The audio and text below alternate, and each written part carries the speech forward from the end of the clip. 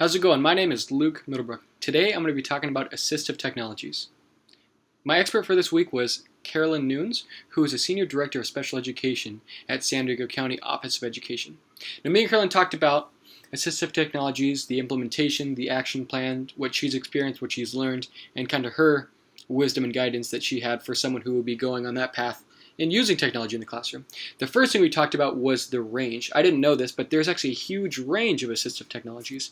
When I was thinking of assistive technology, I was thinking, or ATs, I'm going to start calling them ATs for short. When I thought ATs, I thought laptops, I thought high-tech equipment that costs a lot of money. First thing she said was ATs can be as simple as a pencil grip.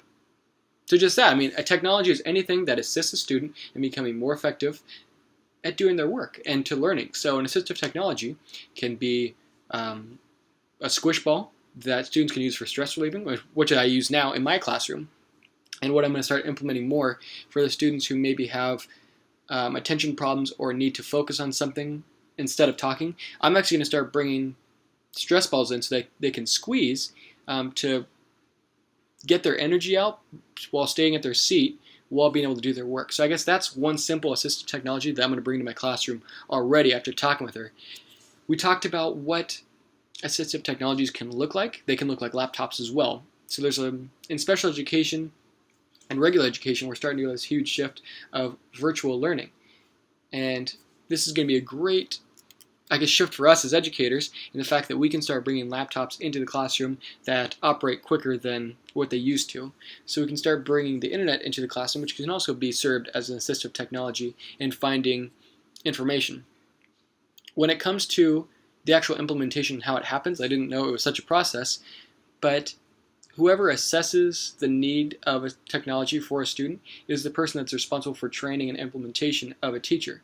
When I talked to Carolyn, she talked about the fact that so many teachers are not getting the proper training that they should have or they could receive to make sure that the learning is as quality as it can be. I think that this is totally true, that our education system focuses on getting the right tools, but then we don't train on how to use the tool.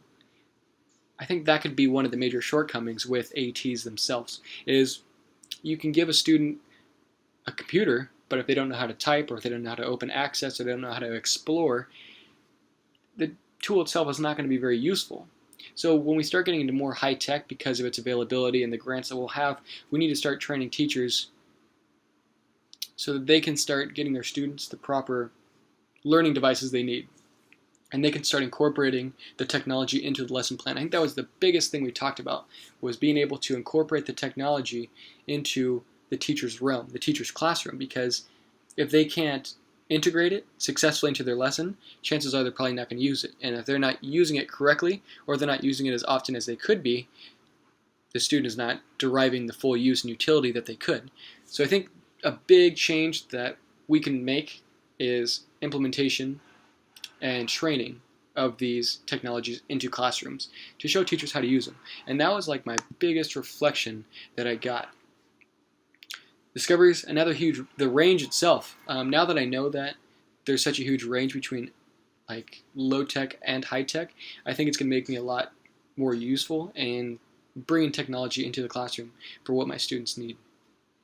She also brought up 6 different questions that she asks herself before she takes technology into a classroom. The 6 questions are: what do I want to accomplish with this technology? How can I measure my impact with this technology?